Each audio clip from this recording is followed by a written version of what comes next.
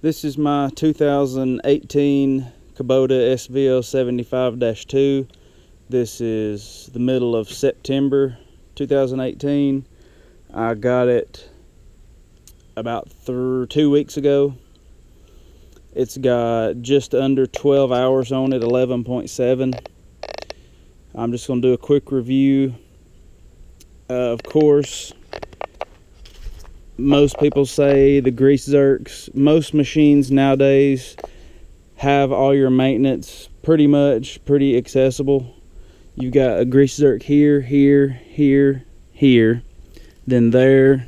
Then when you go to the front, you've got one on the back side of this pin, one here, and then one on the inside to grease your coupler. Easy quick connect. Your fuel door's right here. The only issue I see with this, if I'm pouring fuel in it with a 5-gallon can, I find it easier to lift the boom arms up. Locking cap, and it is locked, and it'll just spin free.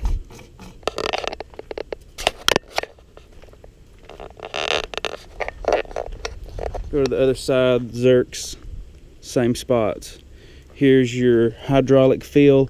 Also, if you lift the cab, there's another auxiliary fill point on the actual tank. And this is the drain for the air conditioning. I've had it running so you can see it's leaking out condensation. Continue to talk about maintenance since that's where we started. Radiators here in the back. One thing I do like, Kubota, they have this pin. It's kind of hard to do this with one hand, but if you shut the door a little bit, this pin will go down in that hole and it'll lock your door in place. So if you're on a hill or the wind's blowing, you don't have to worry about your door coming and hitting you. This one thing's different than my other model I had. It was not a enclosed cab machine. This one, the air conditioning condenser is under this panel right here. The difference is this one, when you lift it up, it has the gas shock, whatever you call that thing there, to assist lifting the door there. Radiator is easy to get to. You know, just like all the Kubotas, you take this bolt, and this bolt out, and your entire radiator will slide back. Now the tracks are rigid mounted. These machines are made from the ground up as a track machine. They haven't evolved from another machine with wheels and they've stuck tracks on it. This machine's from the ground up a track machine. And another thing, it is a Kubota machine. A lot of people's ask me, well, what kind of engine does it have in it? Well, they're Kubota engines. I mean, these things are, it's a Kubota. It's Japanese from the ground up. You see this big gear here. You know, it's basically like a bulldozer.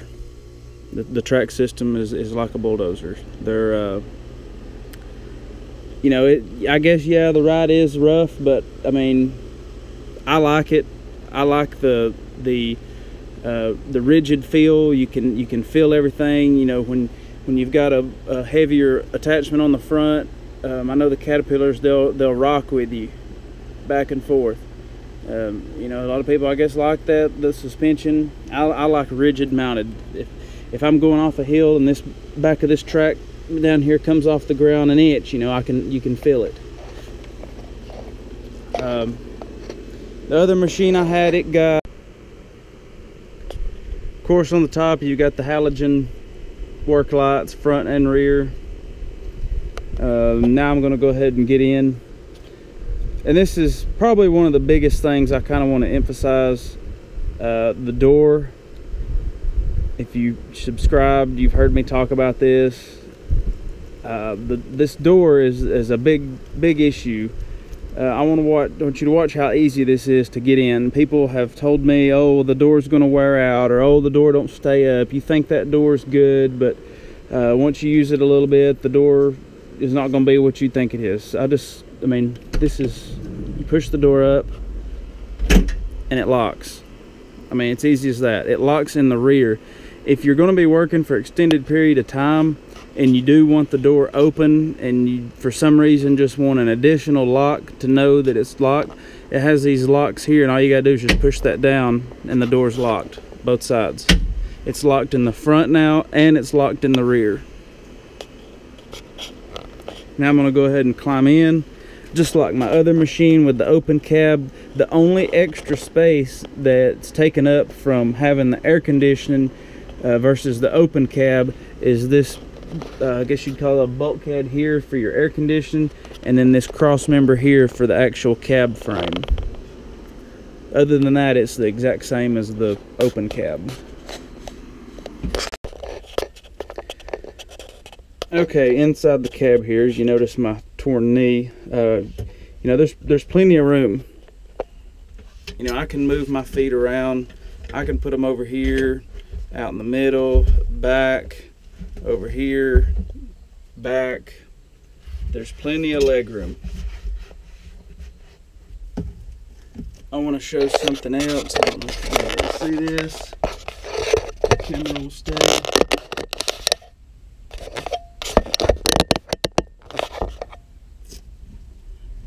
I can stand up, turn around in here, and sit back down if I wanted to.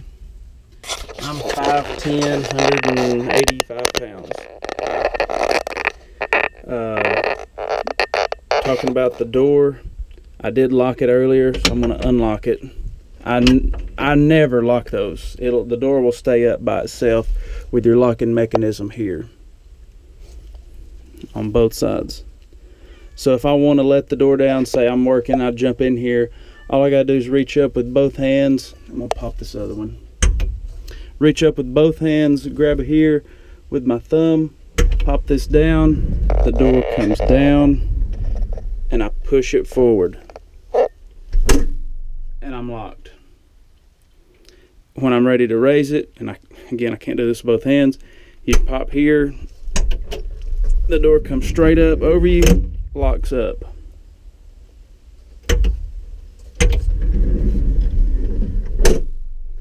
I guess you could say over time these cylinders may wear out if you're opening and closing the door a lot. But I mean, what's a cylinder going to cost? You know, 50 bucks at the most.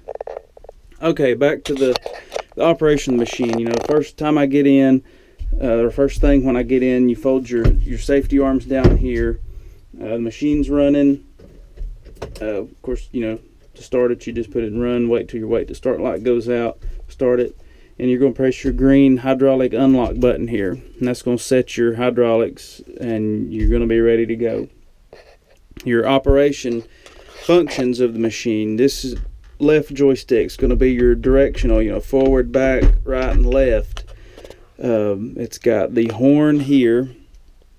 The rest of these three buttons are going to be for your electronic attachments. I do not have the electronic coupler hookup. It is possible to have it installed. Like I said earlier, I don't use it, so I didn't get that. So basically these three buttons here are going to be non-used. Now on the back side with your finger, it's going to have a trigger here. This is your 2-speed. So as I'm driving, clicking the 2-speed, speeds it up, puts it in the second gear. And click it again, takes it out. If you stop the machine for any reason, you fold your arms up for any reason, when you come back, it's going to be back in low. It automatically always goes back into low. Okay, the other joystick, it's going to be your boom and your bucket control. Forward lowers your boom down, back raises your boom up, then right and left is your bucket up and down.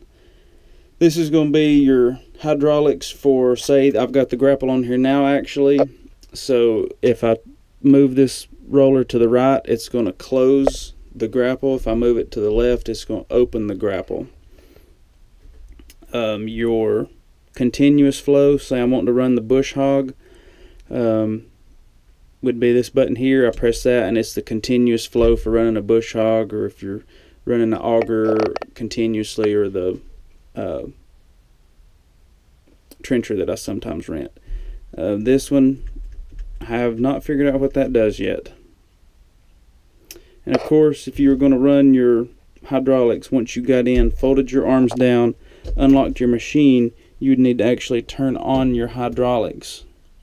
Then you would be able to run into your buttons. It has the parking brake. The only time you'd use the parking brake, anytime you raise the safety arms here, it's going to set your parking brake automatically. The only time you'd need your parking brake is if you're on a hill, somebody's out working in front of you, or maybe doing like I was doing earlier, hooking up a chain, or somebody's hooking up a chain for you and you're on a hill. You could just hit that parking brake and the machine would not move while they hooked up the chain. As soon as you're ready to move again, you can just take it off and go. And then your light switch is right here.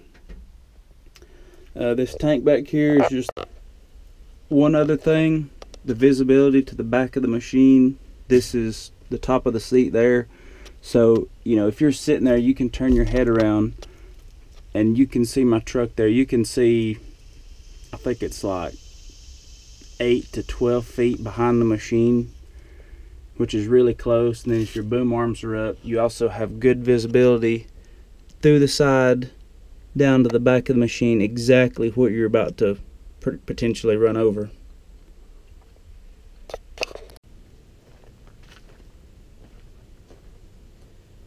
I want to tell a little bit of a funny story. Again, if you're subscribed, you've seen some of my videos and you knew that I was in the market for a new machine. The thing that happened, you know, I went and visited a couple dealerships, called several of them. One of them in particular that I called, it was a Bobcat dealer. I'm not going to say where, but I called the dealer. They're a Bobcat dealer and a Kubota dealer. Now the Kubota, they only sell lawnmowers and tractors. I've noticed that they didn't ever have any machines like this there, but I just called down there just to ask. So I call the guy, or call the dealership. The guy answers. I say, hey, I've noticed y'all sell Kubota. Do you have construction equipment such as skid steers? The guy says, no. I said, okay, I appreciate it, as if I was going to hang up. The guy says, is there any reason you're interested in a Kubota over a Bobcat? I said, well, yeah, there's several reasons. I assumed then we were going to hang up a second time. The guy ended up saying,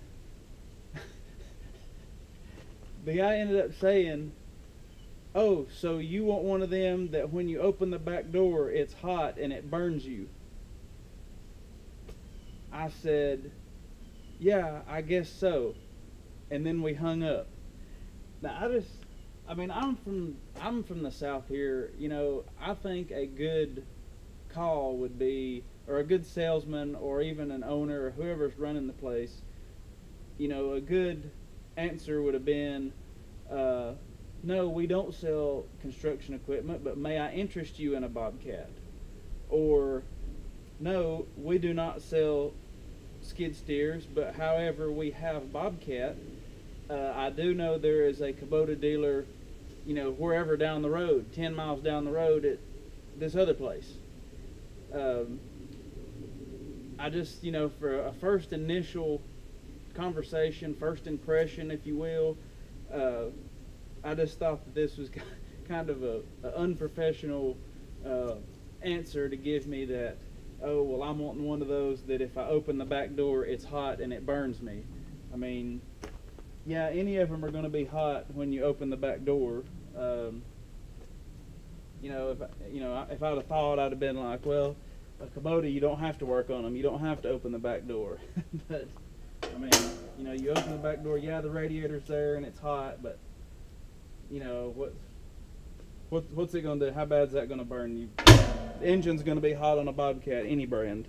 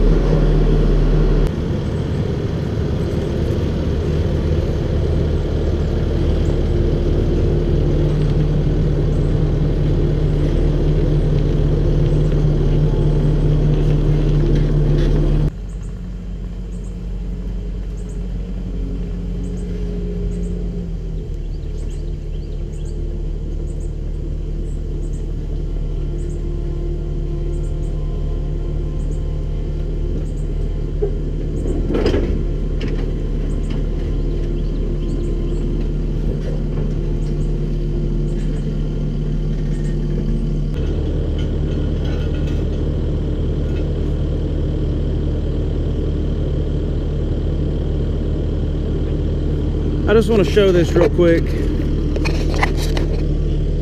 Doing stuff like this, how would I have been able to get out if I had a Caterpillar or a Bobcat or any other manufacturer other than a Kubota or a Takeuchi? You couldn't open the door. I got the boom raised up probably 1.5 feet so I can chain up my lumber here. There's no way I would have been able to open the door and get out to do that. I'd have to have another person here.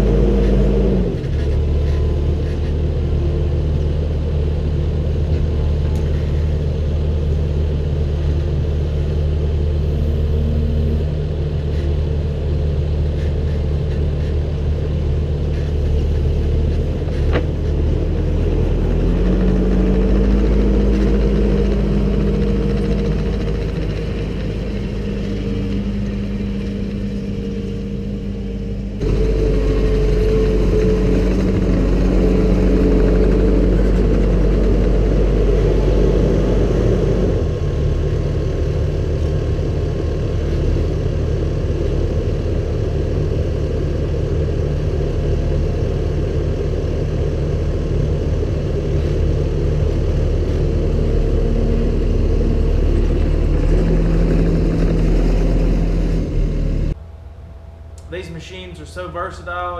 As you can see today, I was simply using it to move some lumber from my driveway around to the back behind my house. You know, something, either if it wasn't for this thing, I'd be hand toting that stuff around there by hand, or have the delivery truck back through my yard and rut it up. So, you know, something as simple as that, having this machine really made the day today a lot easier. But if you like this kind of stuff, I try to put a video up about once a week at least. Hit that subscribe button and leave a comment if you'd like. I'm always trying to answer comments. So thanks for watching. More later.